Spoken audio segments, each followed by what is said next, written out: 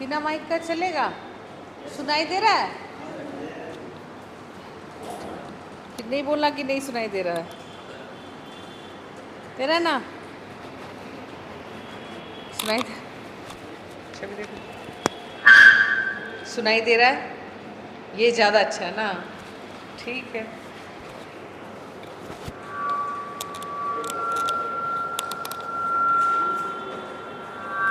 देखो कुछ कारीगरी करो इसमें।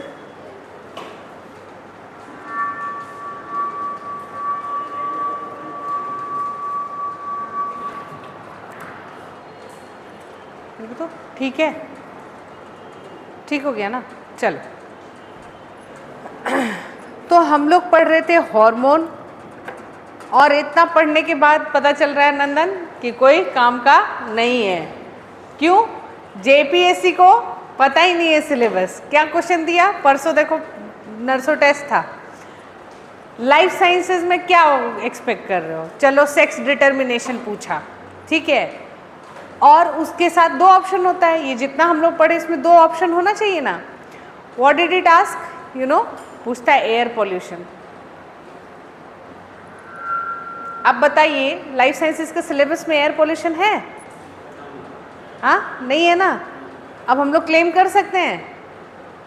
कर सकते हैं, लोग इस पे केस करेंगे, लेकिन नीचे में एक लिखा हुआ रहता है, आयोग कुछ भी कभी भी कर सकता है और इसके लिए वो बाध्य नहीं है। तो आप हार जाएंगे केस, ठीक है ना? तो साइंस पोर्शन में ये बदमाशी उन्होंने करी है। अब क्या कर सकते हो? ऐसा लग रहा था कि हड़बड़ी में बनाया क्वेश्चन। और साथ में अगर आप देखिए तो बैकलॉग में क्वेश्चन सही पूछा। उसने पूछा एड्रिनल ग्लैंड से निकलता हुआ दो हार्मोन के बारे में बताएं। हिंदी वाले, जो आपको कल हिंदी लिखाया था उतना ही हिंदी है, जाके देखा आप लोग ने? हम सोचे क्रॉस चेक कर लेते हैं। वही अग्रिम भाग पिट्यूटरी का एडिनो हाइपोफाइसिस, और पश्च भाग जो हुआ वही पीछे का भाग भी लिख सकते हैं जो हमने लिखाया। तो नो प्रॉब्लम इन दैट। आज हम लोग कुछ 2-3 हार्मोन करने की कोशिश करते हैं ताकि हमारा कल तक में मेन हार्मोन्स कंप्लीट हो जाए, ठीक है? आपको डीप में नहीं जाना है तो हम ऊपर ऊपर ही चलेंगे। तो अब बात करते हैं जो हमारे गले के पास एक हार्मोन होता है, बोलते हैं ना थायराइड हो गया, हमको थायराइड हो गया है। अबे थायराइड कैसे होगा? थायराइड तो रहता ही है गला में। थायराइड बढ़ गया या घट गया? थायराइड बढ़ गया या घट गया मतलब उसका साइज बड़ा छोटा नहीं हो गया, वो भी होता है। थायराइड के जो हार्मोन्स हैं वो ज़्यादा निकलने लगे या फिर कम निकलने लगे। ज़्यादा निकलेंगे तो क्या परेशानी होगी, कम निकलेंगे तो क्या परेशानी होगी, वो हम लोग देखेंगे आज की क्लास में, ठीक है? थायराइड सबके पास है, ठीक है, ये ध्यान रखिएगा। थायराइड बढ़ता है या घटता है, तो घर में भी कोई बोलेगा थायराइड हो गया तो उसको करेक्ट करिएगा, ठीक है ना? है ना? नहीं तो हम लोग को सब वही बोलते हैं, ये लोग क्या, इन लोग को कुछ आता ही नहीं है। थोड़ा सा तो साइंस को रेस्पेक्ट करना चाहिए क्या? अब तो बोल लेंगे आप लोग। चलिए, तो थायराइड कहाँ होता है आज हम लोग देखेंगे, थायराइड और पैराथायराइड, ठीक है? Thyroid and parathyroid. तो ये देखिए हमारा गला जो है, गला के पास एक श्वास नली होती है और स्वर नली होती है ना, दोनों आगे पीछे होता है। देखिए ये हो गया श्वास नली, विंड पाइप, ठीक है, और इसके जस्ट सामने ऊपर में होता है, मतलब ऐसे दो पाइप एक साथ ऐसे लगा रहता है, ठीक है? हम लोग जो बोल रहे हैं तो हमारे पास दो नली ऐसे, ठीक, समझ रहे हैं आप? अगर हम साइड से हैं और अगर हम आपका गला को काटे नहीं, मतलब अगर एनाटॉमी देखें तो हमको दिखेगा ऐसे ऐसे करके दो है, ठीक है? और यहाँ पे एक ऐसे करके फ्लैप होता है, मतलब टिश्यू का एक, कोशिकाओं का एक ढक्कन होता है। तो जब आप बोलते हैं तो ये वाला ढक्कन यहाँ बंद हो जाता है, और जब आप खाते हैं तो ये वाला ढक्कन इस पे चढ़ जाता है ताकि खाना इधर ना आए, ठीक है? लेकिन कुछ लोग महान होते हैं, उनको हाँ क्या बात है, खाते खाते बात करना है ना? तो क्या होता है, बेचारा ये इसको ये जो फ्लैप है इसको पता नहीं चलता है दोनों पाइप में से किसको ढक्कन बंद करें, कन्फ्यूजन में रहता है और तब तक खाना जो है इसमें चला जाता है। इसी को चोकिंग कहते हैं। छोटे बच्चों में ये बहुत कॉमन है, बहुत इंस्टेंट डेथ हो जाती है, इंस्टेंट डेथ होती है। तो नया फियर अनलॉक, खाते खाते मर गए, है ना। हमको अपने स्कूल टाइम का वाक़या याद है, कैंटीन में होता था ना, हम लोग पैसा लेके जा रहे हैं, कोई और स्टूडेंट लोग खा ले रहा है, दोस्त लोग छीन के खा ले रहा है, तो उसमें एक बच्चा क्या किया, उसका इडली लुटाने वाला था, वो इडली पूरा अपने मुंह में भर लिया, and that choked and he died with in minute. तो खाना जो है ना अस्थिर से खाएं, और छोटे बेबीज़ जो होते हैं उनके साथ ये बड़ा प्रॉब्लम होता है। और अचानक से किसी को आप देखें चोकिंग, और फॉरेन में तो ये बहुत कॉमन है कि आप नहीं भी खा रहे, अगर ठीक से आपका ये फ्लैप काम नहीं कर रहा है, बहुत लोग का अटक जाता है। पानी तो उस टाइम बिल्कुल नहीं पीना चाहिए, ठीक है। क्या करना चाहिए, अगर फंस गया है तो वो सोचे गला में फंस गया, पानी पी लेंगे ढकेल जाएगा, वो हल्का फुल्का के लिए। जो एकदम सांस अटक गया, एकदम आप लग रहा है सांस ही नहीं आ रहा है, तो क्या किया जाता है, ऐसे दूसरा व्यक्ति क्या करता है, दूसरे को ऐसे पकड़ता है और जोर से ऐसे पंप करता है, तो जो भी है वो बाहर निकल जाता है, ठीक है। एक बार ये वीडियो ज़रूर देखिएगा, ये बहुत बार बचाया है लोगों की जान, ये आप देख लीजिएगा, घर में भी ऐसा होता है, इसको देखिएगा, है ना। बेबीज़ जनरली ज़्यादा ऐसा करते हैं, कुछ भी मुंह में डाल लेते हैं और तकलीफ़ हो सकती है, ठीक है। तो ये श्वास नली हो गई और ये पीछे हमारा फूड की नली हो गई, ठीक है। श्वास और स्वर नली हो गई, अब इसके बाद खाना, ईसोफेगस। तो आपका ये जो आ रहा है ये रहा ट्रैकिया, ट्रैकिया वही विंड पाइप, इसके जस्ट पीछे हमारा खाने का नली है जिसको ईसोफेगस बोलते हैं, नाम याद करने की ज़रूरत नहीं है। दो पाइप है, एक से सांस लेना है और एक से खाना खाना है। दोनों में गड़बड़ हुआ तो इसीलिए बोलते हैं खाते खाते मत बोलो या बोलते बोलते मत खाओ, इसीलिए बोला जाता है। सबका कुछ कारण होता है, ठीक है ना। मदन बहुत नींद आ रही है, पानी पी लो बेटे, पी लो पी लो, पियो पियो पियो। अरे वाह, steel, very nice very nice very nice. 2 लोग 3 लोग और कहाँ हैं लोग, हाँ वाह, बहुत अच्छा बहुत अच्छा। चलो कुछ तो इम्पैक्ट पड़ा, जेपीएससी निकले नहीं निकले ज़िंदगी अच्छी हो जाएगी, नहीं चलो नहीं, बट बी सीरियस, है ना, ये लाइफ का है। हम लोग ऐसा नहीं है, आप लोग कुछ भी पढ़ रहे हो ना कुछ तो कर लोगे, इतना तो यहाँ तक पहुँच गए हो और पढ़ाई कर रहे हो, तो इसका मतलब अन्य लोगों से सीरियस तो हो, ये तो हम मानेंगे। लाइफ में कुछ ना कुछ कर लोगे, अगर यहाँ आके क्लास कर रहे हो मतलब लाइफ में सोचे हो, लेकिन क्या ही ज़रूरत है लाइफ में कुछ करने का, पेड़ की छाँव में रहेंगे, खेती करेंगे, आराम से रहेंगे, क्या दिक्कत है। ये होता है एक थॉट, वो भी अच्छी थॉट है, हम उसको भी बुरा नहीं कहेंगे, बट आप देखो कि आप जीने खाने भर कर लेते हो तो बहुत अच्छी बात है। लेकिन आपकी महत्वाकांक्षा है कि नहीं हम कुछ करें, हम गवर्नमेंट जॉब लें, हमको ये सब काम करना है, तो अगर वो सोच लिया और यहाँ तक आ गए हो तो मतलब कुछ ना कुछ कर लोगे। I see that 2-3 people are doing PhD। Asma कर रही है कि नहीं पता नहीं, आसिमा कर रही है। तो कहने का मतलब है ये बताता है how serious you are for your life, ठीक है, कहीं ना कहीं पहुंच जाओगे। एनीवेज, आज हम लोग थोड़ा पहुंचते हैं थायराइड पे। क्या रोल है थायराइड का, ये देखो इन्हीं दोनों नली के बीच में ये हमारी थायराइड ग्रंथि होती है, इतनी छोटी सी, ठीक है। अब इसमें से कुछ हार्मोन निकलते हैं, इसमें से 3 प्रमुख हार्मोन निकलते हैं, और आप सुने होंगे थायराइड और पाराथायराइड, ठीक है। इसी ग्रंथि के बीच में हम अभी बता देते हैं पाराथायराइड। ये देखो ये 2 लोब दिख रहा है ना, एक इधर और एक इधर, तो इसको बोल दिए 2 जोड़ा में है, और जो बीच का ये जो एरिया है ना इसको बोलते हैं इस्थमस।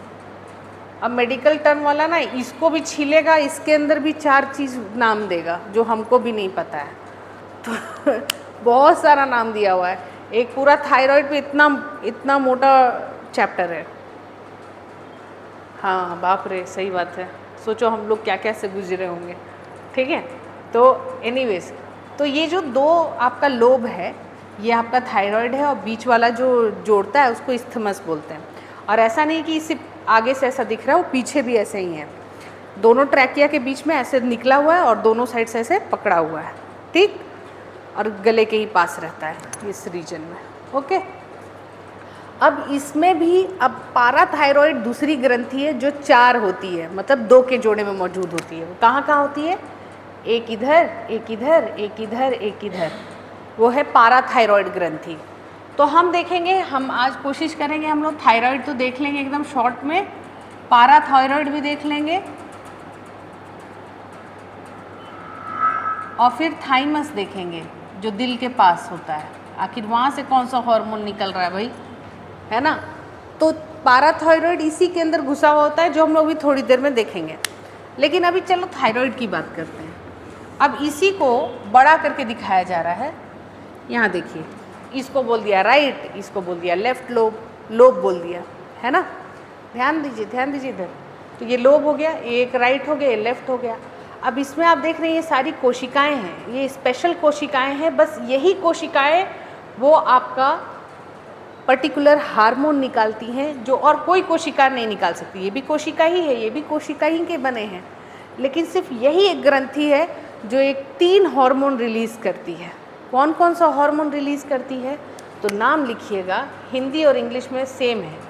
थायराइड से क्या क्या हार्मोन निकलता है? तो T3, T4 और थायरोकैल्सीटोनिन,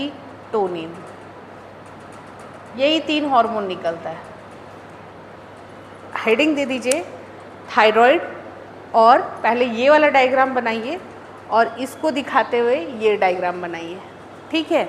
और एरिया में लिखिए कि क्या 3 हार्मोन निकल रहे हैं। तो T3, T4 और थायरोकैल्सीटोनिन, ठीक है। इसका पूरा नाम अभी हम लिखवाते हैं, इतना बनाइए, जल्दी से बनाइए।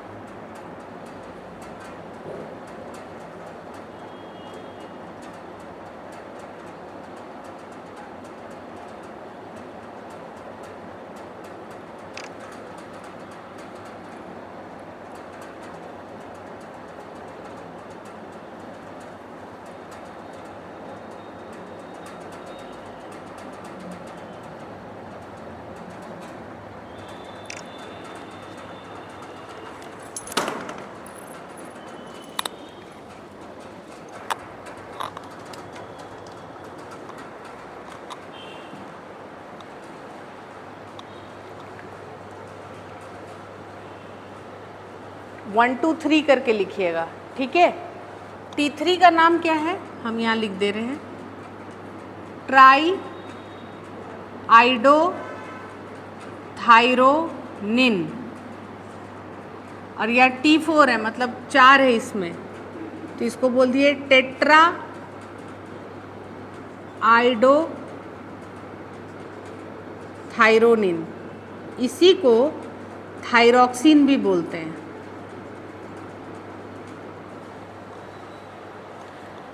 देखिए, बोलते हैं ना आयोडीन की कमी से फिर प्रॉब्लम हो सकता है। ध्यान दीजिए, इसमें जो हार्मोन, एक बार ध्यान दीजिए फिर बनाते रहिएगा।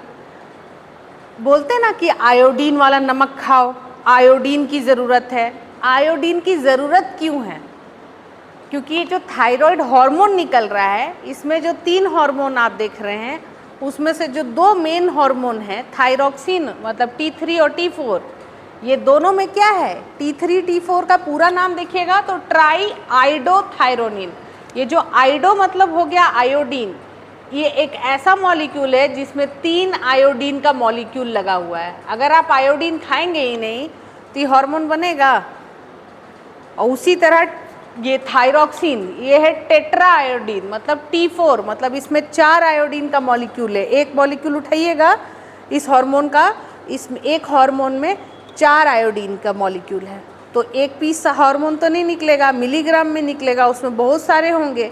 तो आप आयोडीन की मात्रा, पर्याप्त मात्रा नहीं खाते हैं तो ये हार्मोन बनेगा नहीं। ये हार्मोन बनेगा नहीं तो इसकी मात्रा घटेगी, घटेगी तो क्या होता है पहले सुन लीजिए, फिर बनाइएगा, ज़्यादा अच्छा रहेगा। अब क्या है होता है ना, दो तरह की बीमारी होती है। अगर आपकी ये ग्रंथि कुछ ज़्यादा उत्तेजित हो जाए तो मतलब बहुत ज़्यादा इसमें से वो हार्मोन निकलेगा, उसको बोलते हैं हाइपरथायरॉयडिज्म। हाइपर बोलते हैं ना, ये तो बात बात पे हाइपर हो जा रहा है, बोलते हैं ना हाइपर मतलब ऊपर, तो उसी तरह हाइपरथायरॉयडिज्म। तो ये जब ज़्यादा निकलने लगता है ना तो हमारा शरीर का फिजियोलॉजी गड़बड़ हो जाता है। हाइपरथायरॉयडिज्म देखा गया है आजकल, बड़ा कॉमन हो गया है आफ्टर प्रेगनेंसी महिलाओं में। कुछ कुछ महिलाओं में आप देखिएगा एकदम बच्चा देने के बाद वो एकदम कंकाल जैसी हो जाती हैं, पूरा आँख वाँख धंस जाता है, गला वाला एकदम धंस जाता है, वो हाइपरथायरॉयडिज्म के कारण।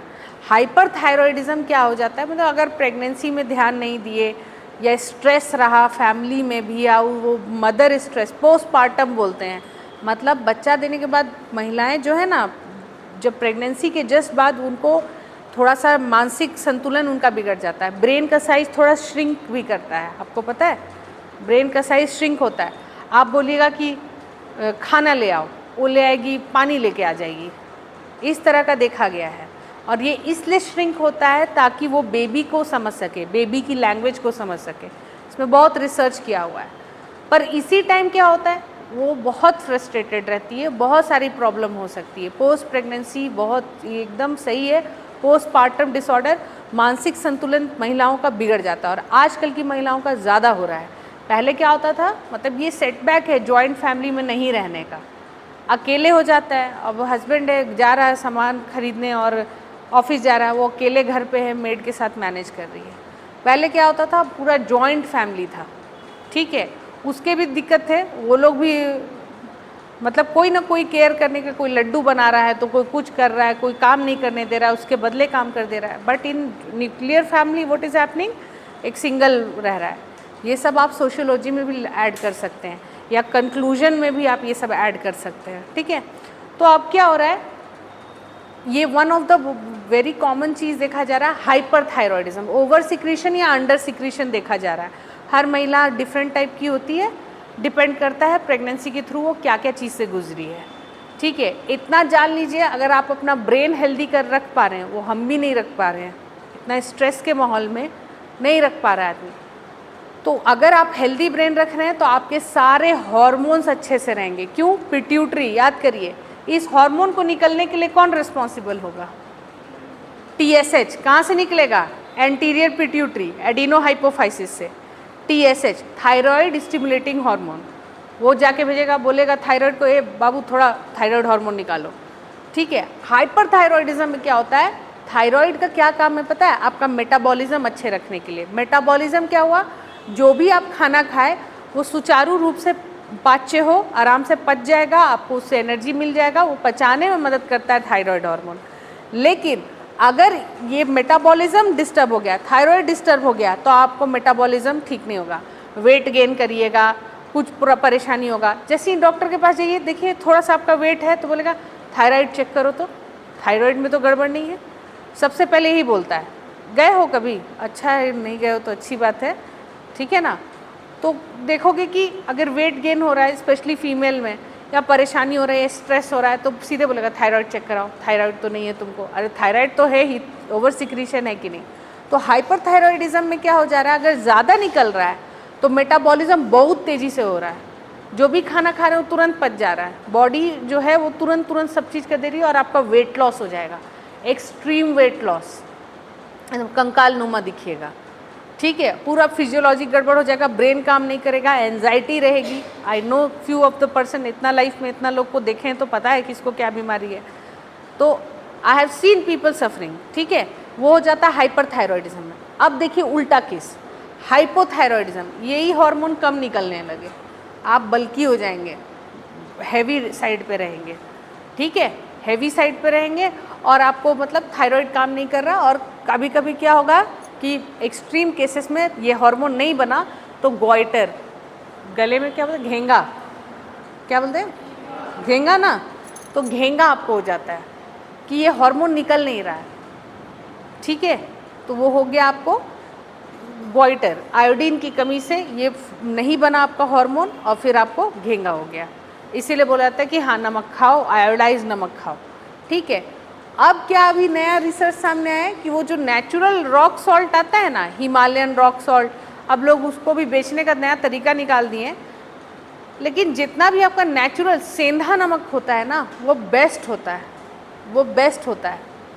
अलग से आयोडीन नहीं डाला हुआ रहता उसमें, वो होता ही है कुछ मात्रा में। तो कोशिश करिए दोनों का बैलेंस रखिए, है ना। टाटा भी अब निकाल दिया अपना सेंधा नमक, तो वो सब भी आप खा सकते हैं, हिमालयन सॉल्ट और ये सब, वो भी आप देख सकते हैं। तो नमक के थ्रू भी आप ये कंट्रोल कर सकते हैं। एक टाइम था जब लोग बिना आयोडाइज नमक खाते थे और ये घेंगा बहुत कॉमन था देखने के लिए। अभी आप देखिए बहुत कम लोगों को, लेकिन पहले 20 साल पहले जाइए आप देखिएगा बहुत कॉमन था घेंगा, ठीक है। तो ये हो जाता है आपको गोइटर, अगर हाइपोथायरॉयडिज्म से क्या हो रहा है, घेंगा, ठीक है। हम लिखा देंगे, पहले आप ये डायग्राम बना लीजिए। क्लियर है, क्लैरिटी है।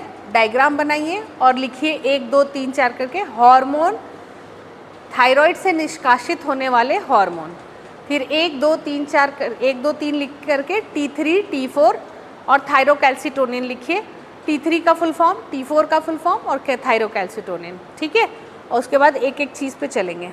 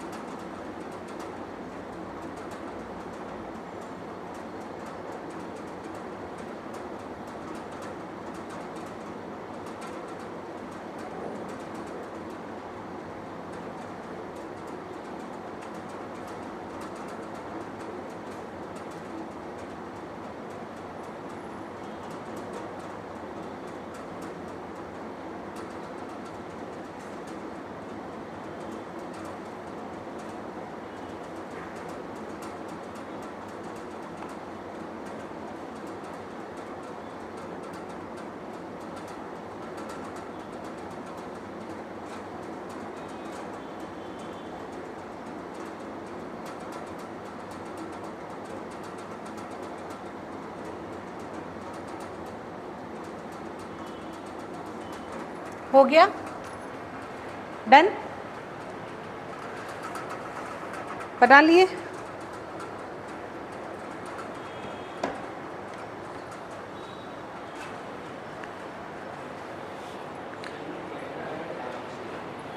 हाँ, टेट्रा आइडोथायरोनिन और फिर ब्रैकेट में थायरॉक्सिन, ठीक है।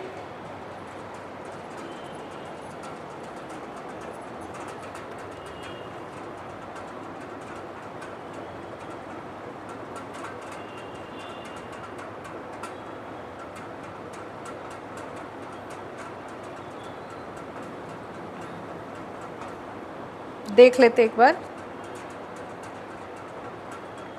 हाँ, ट्राईआइडोथायरोनिन, हाँ ठीक है, ओके, हाँ सही है, लिख लिए 1 2 3 4 करके। अब क्या होता है इससे, इसको अपने शब्द में लिखने की कोशिश करिएगा। पहला क्या है, आयोडीन की ज़रूरत है ना। अगर नहीं खाते हैं आयोडीन तो ये हार्मोन सुचारू रूप से नहीं बनेगा तो हमारे बॉडी में जो भी ये काम करता है वो नहीं कर पाएगा। क्या काम करता है, पहला बात, थायराइड हार्मोन क्या करते हैं, तो लिखिएगा मेटाबॉलिज्म।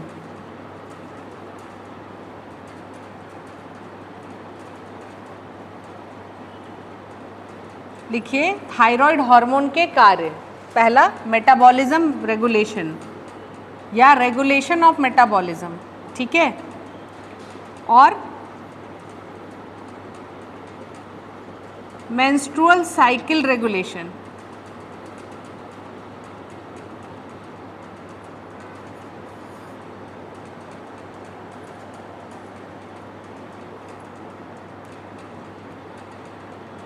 ठीक है।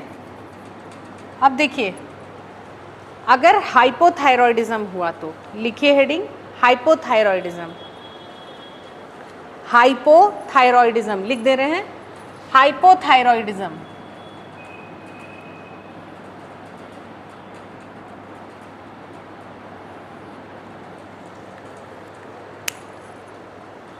अगर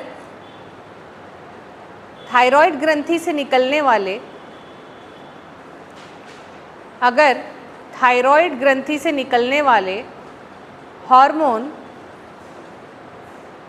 हार्मोन में कमी हो जाए तो ऐसी स्थिति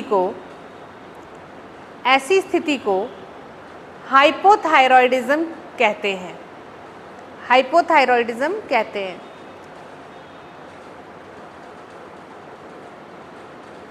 देखिए तो बाहर और स्टूडेंट हैं क्या, उनको बोलिए अंदर आने, कोई दिक्कत नहीं है। सुलेखा देखोगे,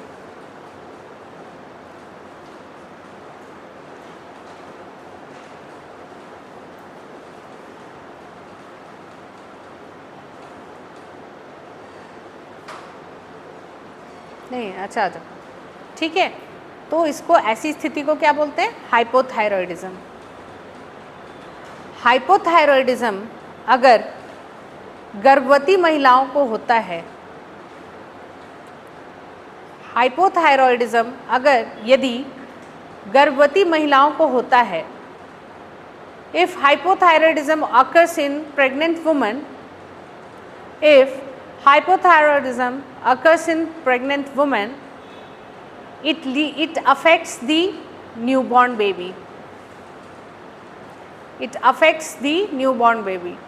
यदि हाइपोथायरॉयडिज्म गर्भवती महिलाओं को होता है तो इससे बच्चे पे भी असर होता है।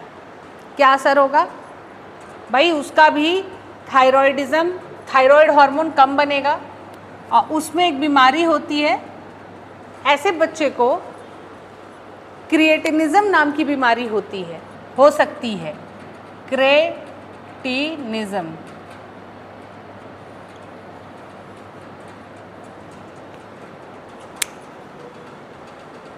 ठीक है, स्पेलिंग थोड़ा गड़बड़ हो सकता है, क्रिएटिनिज्म होगा, CREATINISM, देख लेते हैं,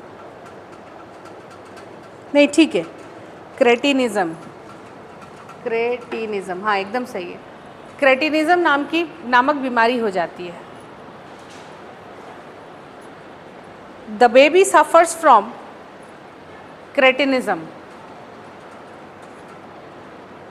this affects the intelligence, height and metabolism of the growing baby. It affects the intelligence, height and metabolism of the growing baby. इससे बच्चे की मानसिक क्षमता पे, मेटाबॉलिज्म पे एवं विकास पे गहरा असर पड़ता है। क्या इससे बच्चे के मानसिक विकास, मानसिक क्षमता पे, कॉमा, बच्चे के मानसिक क्षमता पे, कॉमा, मेटाबॉलिज्म पे एवं विकास पे गहरा प्रभाव पड़ता है। अगर माता को, मतलब आपको अब बता रहे हैं, ये लिख लीजिए, अगर माता को हाइपोथायराइडिज्म हो गया है और वो गर्भवती उस टाइम, क्योंकि वो तो अपने हिसाब से खाएगी, डेली जितना नमक खाती है उतना ही खाएगी, नमक, चीनी, दाल जो भी है अपने हिसाब से खाएगी। लेकिन जब एक और लाइफ को उसको सपोर्ट करना है तो उसको खाना का मात्रा क्या करना होगा, बढ़ाना होगा। लेकिन प्रेगनेंसी के टाइम क्या होता है कि आदमी खा नहीं पाता है, कुछ जी मचलता है, ये सब होती है, बहुत सारी प्रॉब्लम होती है। फिर भी इसीलिए जो बड़े बुज़ुर्ग हैं वो क्या बोलते हैं, सौंठ का लड्डू और ये सब बना के खिलाते थे। ठीक है, अब वो सब कल्चर ख़त्म होते जा रहा है। बहुत सारे, हमारी सभ्यता में बहुत सारी चीज़ें थी जो जॉइंट फैमिली टेक केयर कर लेती थी। अब हम लोग जैसे जैसे आधुनिक होते जा रहे हैं, पुरानी चीज़ें छोड़ते जा रहे हैं, लेकिन आधुनिक चीज़ें में भी बोल रहा है कि नहीं वो खाओ तो अच्छा होगा, है ना। तो वो तो अपने निर्धारित मात्रा से खा रही है, मान लो वो वर्किंग भी है तो और ऐसे आधा कम खाएगी, आधा पेट खाएगी, तो क्या हो सकता है, अगर उसको हाइपोथायरॉयडिज्म हो गया प्रेगनेंसी के दौरान, तो बच्चा जो जन्म लेगा, ये जो पेट में ही पल रहा है, उसमें भी हाइपोथायरॉयडिज्म होगा, उसमें भी बचपन से ही थायराइड हार्मोन की मात्रा कम रहेगी, और यदि कम रही तो जो बच्चा बड़ा होगा वो मंद बुद्धि होगा। इसी को क्रेटिनिज्म नाम की बीमारी कहते हैं। बच्चे की मानसिक क्षमता कमज़ोर रहेगी, थोड़ा सा हन्नाटा होगा। ये तीनों चारों चीज़ एक साथ हो सकती है, इसमें से कोई एक चीज़ भी हो सकती है। इसी स्थिति को क्रेटिनिज्म बोलते हैं। तो आप देख रहे हैं प्रेग्नेंट महिलाओं को कितना ख्याल रखने की ज़रूरत है। देखते हो पुराने टाइम में भी सास ऐसे गुस्सा करते रहेगी, लेकिन जैसे ही प्रेग्नेंट हुई बहू, उसके बाद पूरा ख्याल रखती हैं, जैसे ही बच्चा हुआ लात मार देती है ना। तो ये अब तो वो भी नहीं रहा। अभी आप देखिए, अगर आप डेटा उठा के देखिएगा तो बहुत सारी प्रेग्नेंट महिलाएं भी मार खाते रहती हैं, ये हम देखे हैं। और हम ये भी देखें कि आई नो, एक मेरे यहाँ पे एक काम करती थी, वो आराम से घुस घुस के झाड़ू वाड़ू लगाई, उनको पता भी नहीं चला कि वो प्रेग्नेंट थी। अगले दिन छुट्टी ली, क्यों, तो डिलीवरी था। सोचिए, तो ये सब भी होता है, बहुत सारा कॉम्प्लिकेशंस होता है, लेकिन मजबूरी। तो सोसाइटी में भी हम लोग को देखना चाहिए कि एज अ सोसाइटी हम लोग कैसा ग्रो कर रहे हैं, अपने घर में क्या स्थिति रखें हैं। मान लीजिए घर में भी आप अगर किसी को देखते हैं इस तरीके से महिलाओं से व्यवहार करते हुए, ये भूलिए मत कि अगला पुष्ट वही देंगी। माइटोकॉन्ड्रिया से लेकर गोल्जी से लेकर सब कोशिका का एक एक हिस्सा वही देने वाली है, तो उनको सबसे ज़्यादा आदर सम्मान मिलना चाहिए। ठीक है, तो वो चीज़ नहीं मिलेगा तो फिर आगे आपका जनरेशन ही अच्छा नहीं आएगा। ठीक है, तो ये सारी चीज़ों का ध्यान रखिएगा। अगर घर में ऐसा कुछ देख रहे हैं तो उस पर आवाज़ उठाइए, सबको इक्वल रखिए।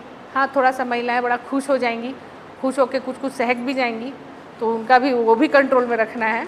ठीक है, लेकिन मारपीट और ये सब अगर देख रहे हैं घर में आसपास कहीं भी, तो ज़रूर बुलंद करें आवाज़। ठीक है, और चीज़ों को एक अच्छी सोसाइटी के पर्सन जैसा उसको डील करें, सभ्य तरीके से डील करें। महिलाओं को भी फ्रीडम चाहिए, और क्यों भाई, इसी देश में पैदा हुए हैं, है ना।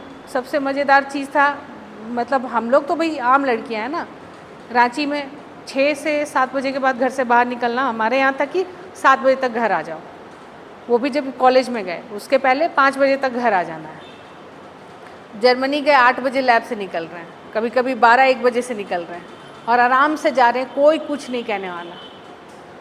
मतलब वहाँ पे है कि बहुत रेस्पेक्ट है महिलाओं की, कोई छेड़छाड़ इस तरीके की नहीं है। तो भारत में ऐसा क्यों नहीं है? तो सोसाइटी अगर बनाएंगे लोग तब तो होगा। रांची में देखिए अभी भी लड़कियाँ अब 9-10 बजे तक काम करके निकलती हैं, तो बेटर हुआ है। लेकिन गांव में ऐसा होगा? हो ही नहीं सकता। गांव में तो लड़का सुरक्षित नहीं है, तो है ना। तो वो सोसाइटी की बात हो जाती है। तो ये सब ज्ञान रखने से आसपास धीरे धीरे चेंजेस लाइएगा तो होगा। बहुत सारा चीज़, थायराइड से मेंटल स्ट्रेस भी जाता है बहुत, ठीक है, थायराइड से या मेंटल स्ट्रेस से भी हाइपोथायरॉयडिज्म हो सकता है, ठीक। तो वो अभी प्रूवन नहीं है, अभी कयास लगाए जा रहे हैं, but ultimately it will be prove कि स्ट्रेस जो है, स्ट्रेस से क्या निकलने वाला है हम लोग एड्रिनल ग्लैंड में देखेंगे, और वहाँ पे हम देखेंगे कैसे बाकी हार्मोनल ग्रंथियाँ कैसे अफेक्ट होती हैं एड्रिनल ग्लैंड के ओवर सिक्रीशन से। एड्रिनल ग्लैंड से निकल रहा है ग्लूकोकॉर्टिकॉइड्स, वही होता है स्ट्रेस हार्मोन। उसको कम करने का तरीका क्या है? एक्सरसाइज है, योग है, ये सबसे क्या होता है, ग्लूकोकॉर्टिकॉइड्स उड़ जाता है, इसीलिए बोला जाता है। बोलेंगे ना मेडिटेशन से ऐसे कैसे हो जाएगा, तो भैया उसमें आपके बॉडी में जो केमिकल है ना वो उड़ जा रहा है, ग्लूकोकॉर्टिकॉइड्स वो उड़ जा रहा है, देन यू बिकम नॉर्मल और आपकी बॉडी जो है सुचारू रूप से काम करती है। तो हाइपोथायरॉयडिज्म आप जान गए, बच्चे में भी क्या होगा, क्रिटिनिज्म नाम की बीमारी हो जाएगी, और ऐसे में क्या होगा, मेटाबॉलिज्म अच्छा नहीं होगा अगर ये होता है तो। अब लिखिए और क्या होगा, कौन सी बीमारी हो सकती है, लिखिए एक और बीमारी क्या होगी, घेंगा। हाइपोथायरॉयडिज्म से घेंगा भी हो सकता है, घेंगा मतलब goitre. Hypothyroidism leads to goitre. It is mainly due to lack of iodine in the diet. It is mainly due to lack of iodine in the diet. Hypothyroidism से घेंगा नामक बीमारी हो जाती है, मुख्यतः आयोडीन की कमी से भी प्रभावित होती है, मुख्यतः आयोडीन की कमी से भी प्रभावित होती है, ठीक है।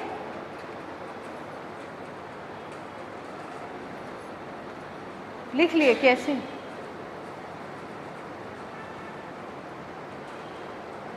चलिए अब लिखते हैं हाइपरथायरॉयडिज्म, ठीक है। देखिए हाइपरथायरॉयडिज्म, देखिए हाइपरथायरॉयडिज्म, कुछ पूछना है पूछिए। हाइपरथायरॉयडिज्म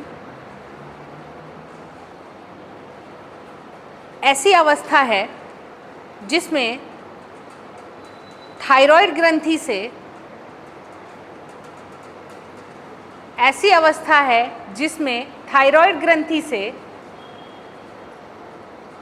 भारी मात्रा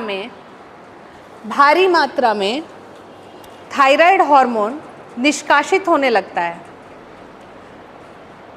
थायराइड हार्मोन निष्कासित होने लगता है, जिसके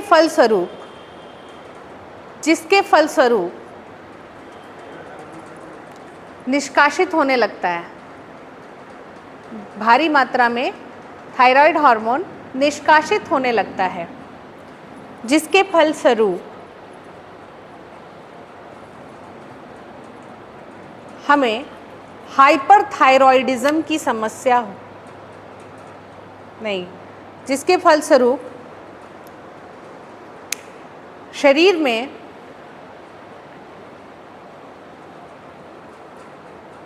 मेटाबॉलिक एक्टिविटी हाई हो जाती है, मेटाबॉलिक एक्टिविटी हाई हो जाती है, metabolic activity, metabolism, metabolic activity high हो जाती है, हाई मतलब ज़्यादा, ठीक है, और बहुत तरह की समस्या पैदा करती हैं, और बहुत तरह की समस्या पैदा करती हैं।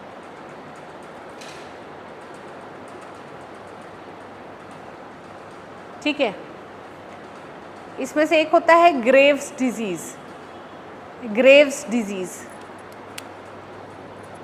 देखो ग्रेव्स डिजीज़, ये देखो डिजीज़ का नाम लिख लो, ग्रेव्स डिजीज़ मतलब कब्र वाला डिजीज। ग्रेव मतलब क्या होता है, कब्र होता है।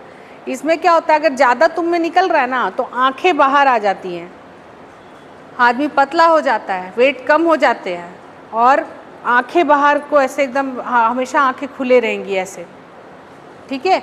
और ये तकलीफ़ होती है और इससे आदमी का फोकस ख़राब होता है, उसको उसकी शरीर में क्षमता जो होती है वो कम हो जाती है, हमेशा वो कमज़ोरी फील करता है, उसको किसी चीज़ में मन नहीं लगता है, जिंदा रहता है बस, ठीक है।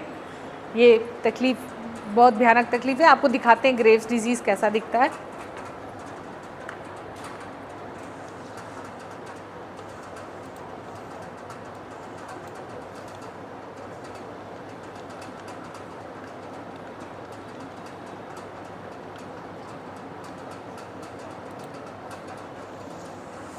देखिए क्या क्या होता है, वेट लॉस होता है, मेमोरी प्रॉब्लम होता है, हेयर लॉस भी होता है। देखिए यहाँ पे दोनों का कंपैरिजन दिया हुआ है, ठीक है।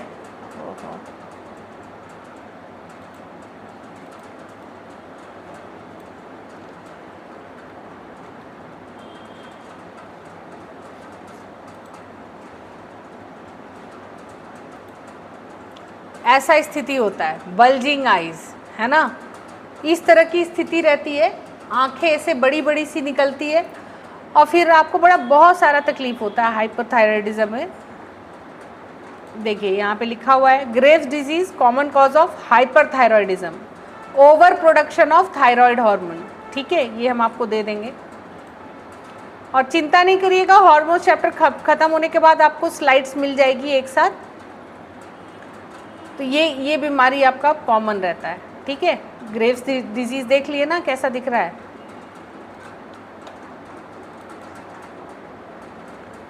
ऐसा रहता है, ठीक है।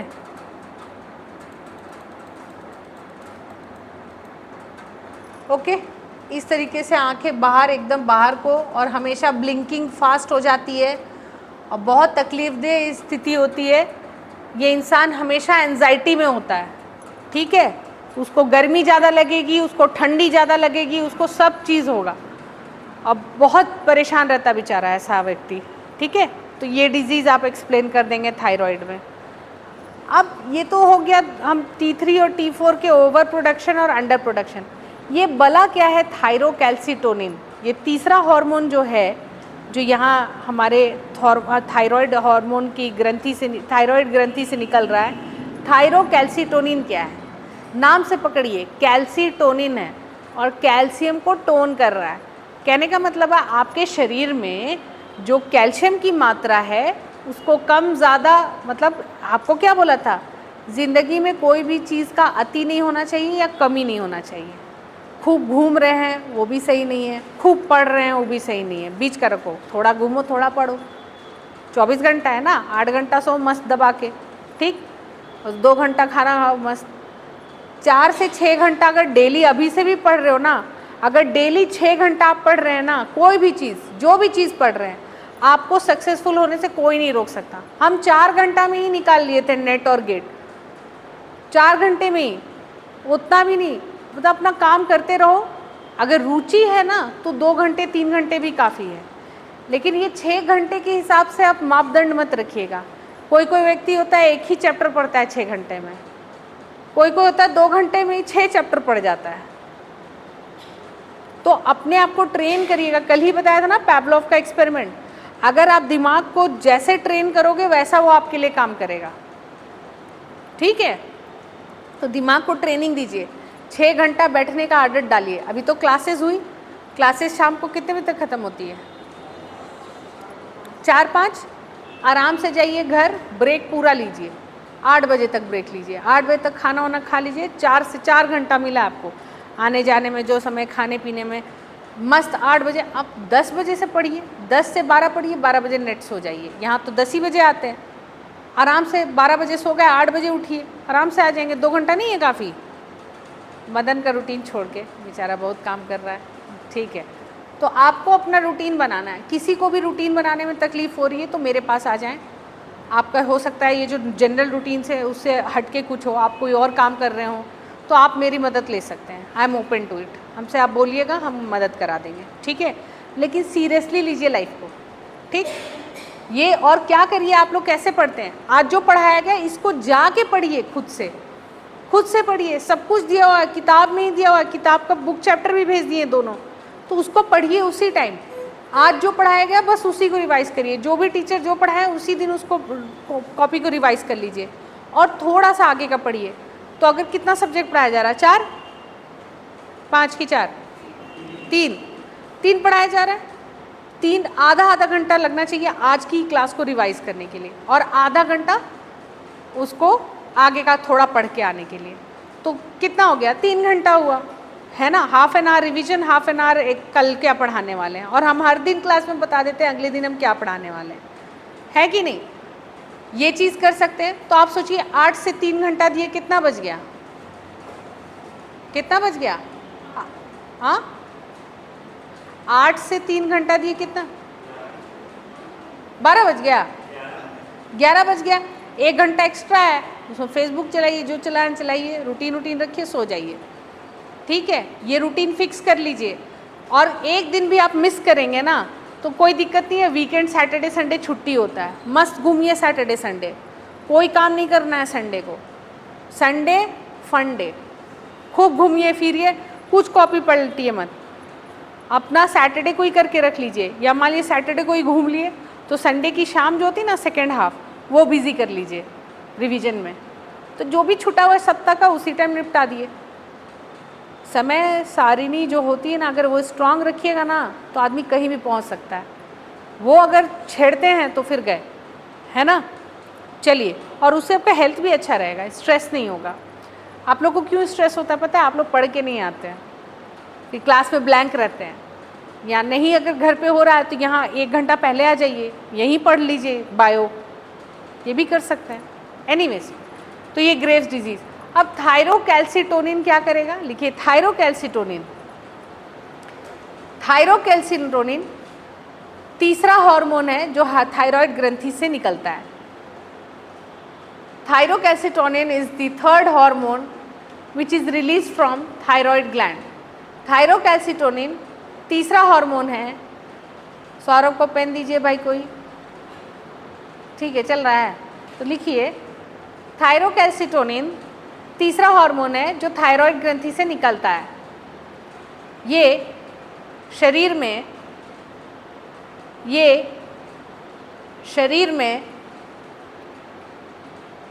कैल्शियम का बैलेंस कराता है।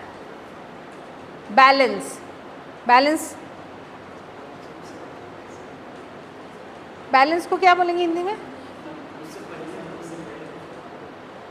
ये शरीर में कैल्शियम का संतुलन बनाए रखता है, संतुलन बनाए रखता है, ठीक है, संतुलन बनाए रखता है, ठीक है। आपका पहला क्लास है ना, समझ आ रहा है? सही बोलना, पूछेंगे हम। क्या नाम हुआ? रेखा, ठीक।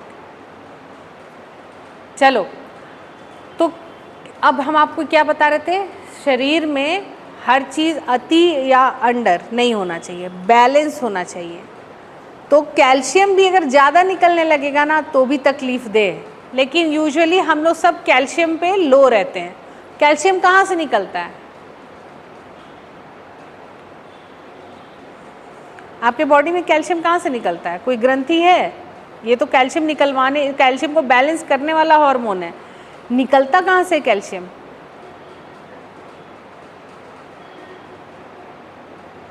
सुने ना, कैल्शियम मांसपेशियों में होता है। तो हड्डी से, एकदम सही मदद बोला, हड्डी जो कैल्शियम का बना हुआ है। और अभी आप जो अगला ग्रंथि पढ़ने जा रहे हैं वो पैराथायरॉयड से पैराथायरॉयड हार्मोन निकलता है, जो जाके हड्डी को थोड़ा नोचता है, बोलता है ए थोड़ा सा कैल्शियम देना, तो वो उसको थोड़ा सा नोच के फिर ब्लड में कैल्शियम बढ़ाता है। तो पैराथायरॉयड जो है वो क्या करेगा, ये थायराइड पढ़ लिए हम लोग, थायरोकैल्सिटोनिन हो गया। अब पैराथायरॉयड के बारे में जान लीजिए। पैराथायरॉयड से जो हार्मोन निकलते हैं, बहुत सारे निकलते हैं, उसको एक ही साथ बोल दिया था पैराथायरॉयड हार्मोन। हेडेक नहीं लिया कोई, उसको ऐसे नाम बहुत सारा है, इतनी मोटी चैप्टर है, मेडिकल वाले पढ़ते हैं और हम लोग जैसा बेचारा लोग पढ़ता है। तो 75 तरह का है, लेकिन आपको इतना ही जाना, उस पूरे हार्मोन को हम लोग पाराथायरॉयड हार्मोन बोलते हैं। वो क्या करता है, वो हड्डियों में से कैल्शियम निकाल के खून में लाता है, तो खून में कैल्शियम की मात्रा बढ़ जाती है। लेडीज़ में क्या होता है, कैल्शियम की रिक्वायरमेंट, क्योंकि लड़कियां कैल्शियम ऐसे ही कम खाती हैं, तो ये पाराथायरॉयड क्या करता है, इसको लगता है कमी बुझाता है कि हाँ भैया कैल्शियम कम है, तो हड्डियों से ज़्यादा कैल्शियम निकाल देता है।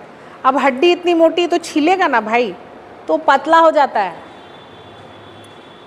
25 के बाद ही, समझे। लड़कियों में वो हड्डी पतली हो जाती है कि कमजोरी रहता है ना, तो वो पतला जब होने लगता है तो लड़कियों की हड्डियां जो हैं, बोलते हैं ना लड़कियों की कलाई कमज़ोर होती है, ऐसे ऐसे सब बोलते हैं ना लोग, मत करो मोड़ो टूट जाएगा, सच में ऐसा होता है। हमारी जो लड़कियों की हड्डियां होती हैं वो थोड़ी सी फ्रेजाइल होती हैं, भारी चीज़ें नहीं उठा पाती हैं, क्योंकि कैल्शियम ऐसे भी वो कम खाती हैं। उनको तो दूध दही घी खाने से भी घर वाले टोकते हैं, अरे वजन बढ़ जाएगा, मोटी हो जाएगी, कौन शादी करेगा, यही सब हेडक होता है। दबा के खाओ, छोड़ो सबको, ठीक है, मस्त खाओ, कमाओ और खाओ। तो क्या होता है, लड़कियों को शुरू से ही ऐसे ही ट्रीट किया जाता है। कैल्शियम की कमी होने के कारण पाराथायरॉयड और बाकी चीज़ें जो है हड्डियों से कैल्शियम लेने लगती है, और इसी से ओस्टियोपोरोसिस की समस्या हो जाती है। क्या होती है, ओस्टियोपोरोसिस। जो हड्डी जो होती है महिलाओं की, मेल्स में भी हो सकता है, अगर मान लो उनका कैल्शियम वो बाहर से नहीं ले रहे हैं। कैल्शियम के लिए क्या खाते हैं, कैल्शियम किस में मिलेगा, दूध, पीता है सब दूध, लड़कियां तो बिल्कुल नहीं, ठीक है, नहीं अच्छा लगता है ना, लेकिन पीना चाहिए, पिएंगे हम लोग भी, ठीक है। दूध इज़ अ कंप्लीट फूड। लड़कों तुम लोग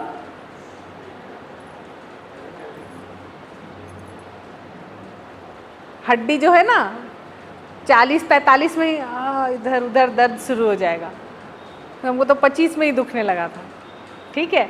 आप लोग बताइए किसको किसको कमर दर्द, हाथ पैर दर्द, हड्डी दर्द होता है, सही सच बताइएगा, लड़कियों लड़के सबको पूछ रहे हैं।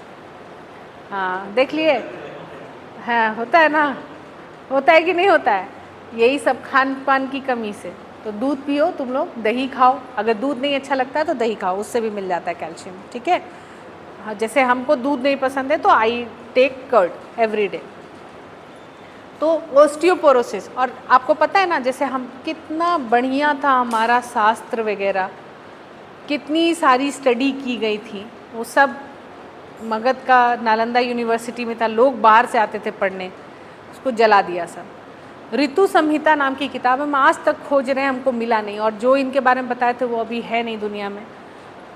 बहुत ग्रेट प्रोफेसर से हम मुलाकात हुई है, गिरधारी राम गंजू जी मेरे नेवर थे, आप लोग को बताएं, पद्मश्री जिनको मिला मरणोपरांत। मतलब ऐसे ऐसे लोगों से भेंट हो रखी है ना, हमको खुद समझ नहीं आते क्यों भेंट हो रखा है, तो कोई पर्पस ज़रूर होगा। ऋतु संहिता नाम की एक किताब थी, अब कोई और नाम से मिलती है, उसमें बताया गया है कि कौन सा खाना कब आपके ब्रेन को कैसे अच्छे से रख सकता है, ठीक है। तो दही कब खाना चाहिए और कब नहीं खाना चाहिए, तो एक टाइम है, इसीलिए हम लोग चूड़ा दही मनाते हैं। टुसू पर्व होता है ना, उसमें भी देखो दही होता है कि नहीं बताओ, मूड़ा चूड़ा ये सब होता है। कहने का मतलब ये नहीं कि अब मैडम बोल दिए दही तो दिसंबर में भी दही कोच रहे हैं, वो आपके लिए जहर हो जाता है। 7 बजे के बाद दही, मतलब किरण ढलने के बाद तो 7 बजे के बाद दही नहीं खाना चाहिए। इनफैक्ट किरण ढलने के बाद तो खाना ही नहीं खाना चाहिए। गांव में देखिए, हमको यहाँ जहाँ तक याद है, दादा दादी नाना नानी पास जाते थे, 6 साढ़े 6 में डिनर हो जाता था। हम बोलते थे कैसा है ये लोग तो 6 बजे खाने वाला लोग है, ऐसे ही सिखाया जाता है ना शहरी और गाँव वाला। अब जब शहर में है हम लोग आराम से 9-10 बजे खाते हैं मज़े से। सिंगापुर पहुँचे, वहाँ पता चला 6 बजे डिनर होता है। हम लोग ये तो गांव का आदमी लोग जैसा कर रहे हैं इन लोग, 6 बजे डिनर है ना। फिर जर्मनी पहुँचे, वहाँ भी वही हाल। तो बोले अरे वाह, तो ये गांव का कल्चर हमारा सही था, सही है। अभी हम वही प्रैक्टिस करते हैं। हमारा 5-6 बजे सब चाय पीता है, हम पहुँच के भकोस के खाना खा लेते हैं, ठीक है। वही है टाइमिंग, किरण ढलने के बाद खाना ही नहीं है, बहुत सारे रिलीजन में हमारे पूर्वज ढक्कन थोड़ी थे, वो कुछ ना कुछ खोज खाज के ही गए होंगे ना। तो दिस इज़ द थिंग। तो 6 बजे बाद खाने ही नहीं चाहिए। तो आप लोग भी अपना रूटीन वैसे बना लो, मेटाबॉलिज्म अच्छी होगी, बहुत सारी चीज़ें नहीं होंगी प्रॉब्लम। दही वही भी देख लीजिए कब खाया जाता है। जो हम लोग पर्व मनाते हैं उसके पीछे का कॉन्सेप्ट समझिए। उस पर्व में खाली वही वाला फल, वही वाला सब्जी क्यों लिया जाता है, ये भी सोचना चाहिए। ये सब आप लोग सोचिए, पूछिए अपने पूर्वज लोग से, क्योंकि उन लोग सब तो निकलते जा रहे हैं, फिर हम लोग को पता नहीं रहेगा, वो ज्ञान लॉस्ट हो जाएगा। इसीलिए जो भी आप लोग खाना वाना खाते हो फ़ोटो हमको भेजिए, बताइए क्यों खाते हैं, माड़ में डाल के क्यों खाते हैं, वो सब हमको रेसिपीज़ भेजिए, है ना। एनीवेज, तो ऑस्टियोपोरोसिस की समस्या महिलाओं में बहुत कॉमन है।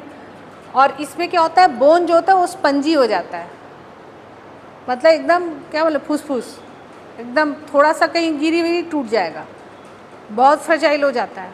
और फिर हमारी माताओं में, अभी जिस एज में आपकी और मेरी मदर्स हैं, ये बहुत कॉमन समस्या है। उनको हमेशा सुनिएगा कि पीठ में दर्द है, कमर में दर्द है, घुटना में दर्द है। सुने कि नहीं सुने? क्यों? कैल्शियम लेती हैं वो लोग? नहीं लेती हैं। चलो कैल्शियम का गोली नहीं दिलवा रहे हो, खाना खिलवा रहे हो, दूध पी रही हैं, तुम्हारी माताएं दूध पी रही हैं, तुम लोग अपना उनका ध्यान रख, वही तुम्हारा ध्यान रख रही हैं अभी भी। तुम लोग क्या ध्यान रखोगे जी? सब हम लोग नालायक हैं। तो फ़ोन करके पूछिए, मम्मी दूध लीजिए, तो बहुत दिक्कत हो जाएगी। तो ऑस्टियोपोरोसिस हो सकती है अगर कैल्शियम बॉडी में कम हो जाता है, बोन्स कमज़ोर हो जाते हैं। क्योंकि कैल्शियम कम है तो कहाँ से निकालेगा शरीर? हड्डियों से निकालेगा।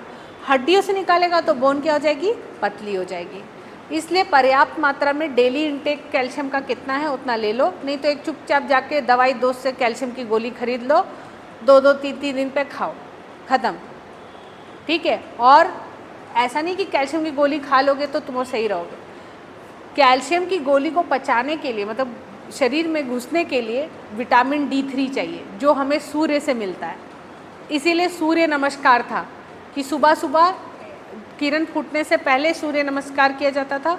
विटामिन D3 अपने आप शरीर बना लेता था। सोचो, जो चीज़ फ्री मिलती है, डेली सूर्य उगता है, हम लोग उठते ही नहीं हैं। D3 होगा ही नहीं तो कैल्शियम घुसेगा नहीं, कितना भी दूध पी लो फिर, ठीक है। तो ये हो जाता है। तो सूर्य नमस्कार और ये सब लगेगा कि क्या बात कर रहे हैं, तुम देख लो, अपना ही सभ्यता उठा के देख लो, आदिवासी सभ्यता उठाओ या कोई भी आप उठाओ समाज की, तो इस सब में रिलीजन में ये सारी चीज़ें दी हुई थी। तो बैक टू रूट्स जाना पड़ेगा हम लोग को ठीक रहने के लिए, ठीक है। हाँ, ठंड में ज़्यादा मिलता है, ऐसा कुछ नहीं है, हर दिन ज़्यादा मिलता है। तुम ठंड में धूप में रहोगे तब ना। हाँ, धूप अच्छा लगता है, कौन सा धूप में जाते हो? 10, 11, 12 बजे वाला धूप में मज़ा लेने, गर्मी के लिए। लेकिन जो सुबह वाला जो धूप होता है ना, उषा की किरणें बोलते हैं, उषा प्रत्युषा, इसी पे तो छठ का पर्व बेस्ड है, ठीक है ना। तो जो उषा होती है, उषा रानी, मतलब जो सूर्य उदय होने से पहले का टाइम, या जो स्टार्टिंग का सूर्य उदय होता है आधा घंटा, 8 बजे तक तुम नहीं ले सकते हो धूप। 10 मिनट अगर तेल लगा के तुम लोग खड़े हो जाओगे ना, तो मस्त विटामिन D मिल जाएगा, फिर ना लो, क्या दिक्कत है। हाँ, अरे सुबह वाला में 6-7 बजे वाला में तो आराम से विटामिन D3 नेचुरली मिलेगा। अभी हम लोग विटामिन पढ़ेंगे ना तो देखेंगे विटामिन D3 का रोल, है ना।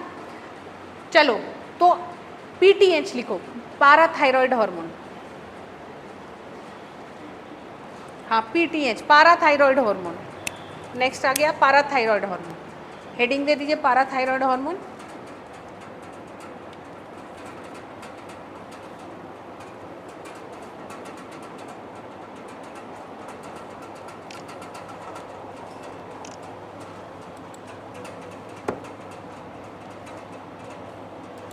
देखिए, आपको बता रहे थे पाराथायरॉयड हार्मोन कहाँ है, देखिए यहाँ है पाराथायरॉयड हार्मोन। लिखिए कि कैसा दिखता है, तो ये फोटो बना लीजिए, ठीक है। नहीं दिख रहा है, रुको, ये हमारा गला है, थायराइड और थायराइड ग्रंथि दिख रही है, इसी में ये 4 पीस होता है घुसा हुआ अंदर में, है ना। ठीक है।